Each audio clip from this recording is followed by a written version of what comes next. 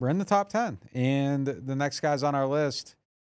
Yeah, I know. These lists are impossible. I hate Taysom here at 10, just given where Yeah. he's at, but talent-wise, it's tough. Grinderson's at 9, Tyron's at 8. This is going reverse order, starting with 10. How you feel about that one? I don't know. We ranked Taysom 10th, 10th, and 11th, and I could have left him off the list on a different team. I mean, I don't know what. I don't know how healthy he's going to be. I don't know if I'm not 100% sure he's playing this year. I don't know how big of a role this team has planned for him. Last year, I knew all those things, and I think B had him like number 2 on his list, or Which 4, is like fair, some talent-wise. ridiculous high. What was it, 4?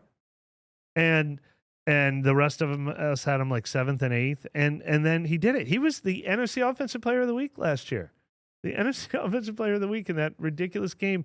There were moments last year where he was as important as anyone on this offense, and now he's older. Now he's more injured.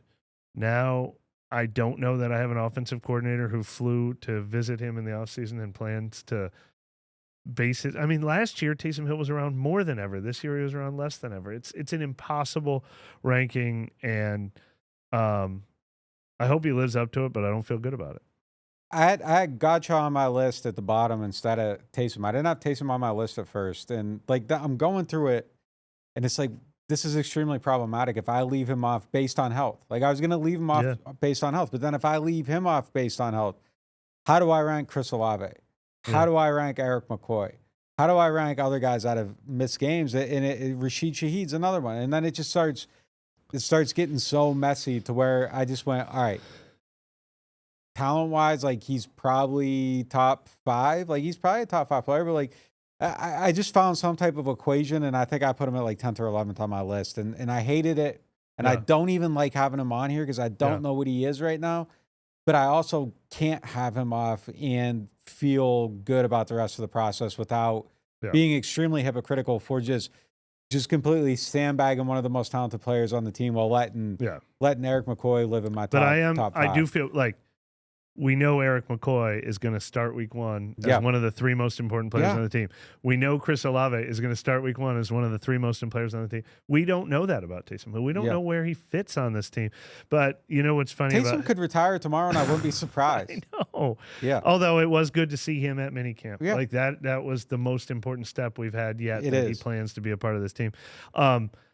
It's also an indictment on the rest of the list. There used to be a pivot player for years. I started doing these lists, I think in 11, and I know you've been doing them on the site, and I can't remember how far back, but Thomas Morstead used to be Thomas Morstead was always Thomas Morstead, and depending on how good the team was, he was 18th, or he was 11th, or he was 13th, or he was 16th, because he was Thomas Morstead, and it was how many more guys rise above that line. Yeah. And Taysom should be 18th on this list. But this team doesn't have enough guys who deserved that top 10 spot. So he's kind of a placeholder too.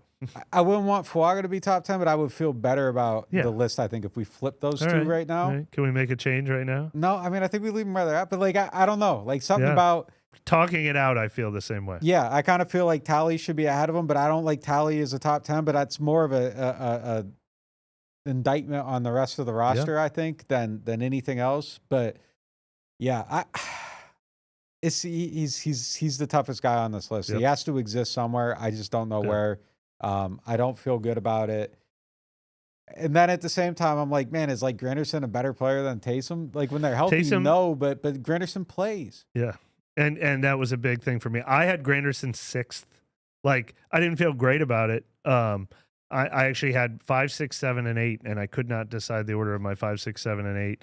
But I went with Granderson 6, and part of it was 34 games the last 2 years. That's huge. You know, probably led the defensive line in snaps over the last couple of years. I don't have that right in front of me.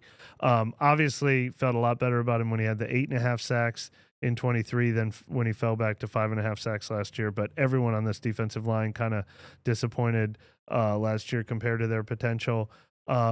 He's lost 10 pounds. I talked to him this offseason to play now as an edge guy in Brandon Staley's defense. I think he's a guy who will benefit from that for sure. I think Chase Young will benefit from that. Maybe Cam Jordan will benefit from that. I think Granderson definitely will. He arrived in the NFL as like a 260-pound guy who put on the weight to be a stout defensive end. He said he wanted to lose the 10 pounds to get back to having the motor that he had. He said he liked the strength he had last year, but he misses the motor he had when he had that breakout year in 2023. And so he is 28 years old.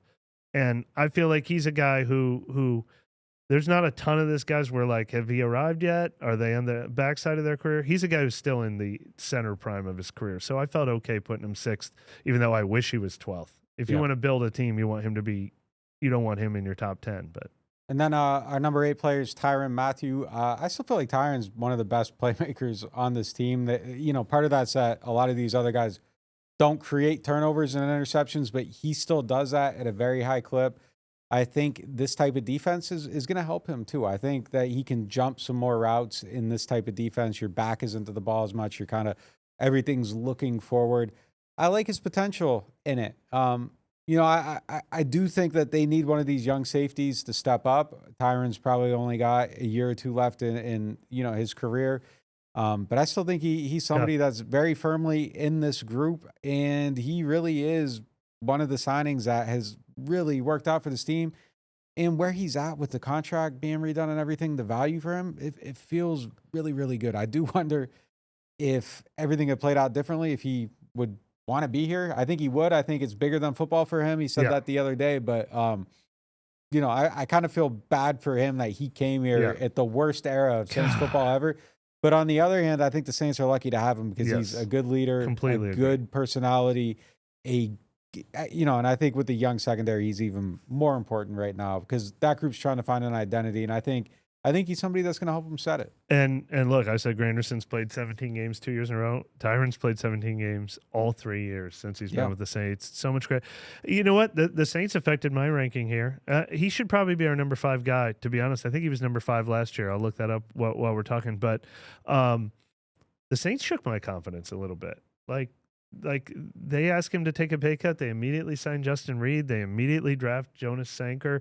After he comes back from missing minicamp and OT, you know, 3 weeks of OTAs like other veterans did, they put him in a pitch count and made him come in with the second team. Like maybe they're trying to light a fire. Maybe this is a motivational technique, but I don't know why he isn't getting Demario Davis treatment. He's Tyrann freaking Mathieu. Like, why aren't they building their defense around him and what he can do instead of sort of making him look like he has to earn it? It's just a weird scenario right now that it's kind of like Taysom. I don't know how much they're building around Tyrann, but yeah, I mean, I kind of look at this list and feel like until we see him do anything different on the field, even though obviously he hasn't been 100% honey badger in his New Orleans era, I don't know that this next group of guys deserves to have passed him yet, now that I'm looking at the list.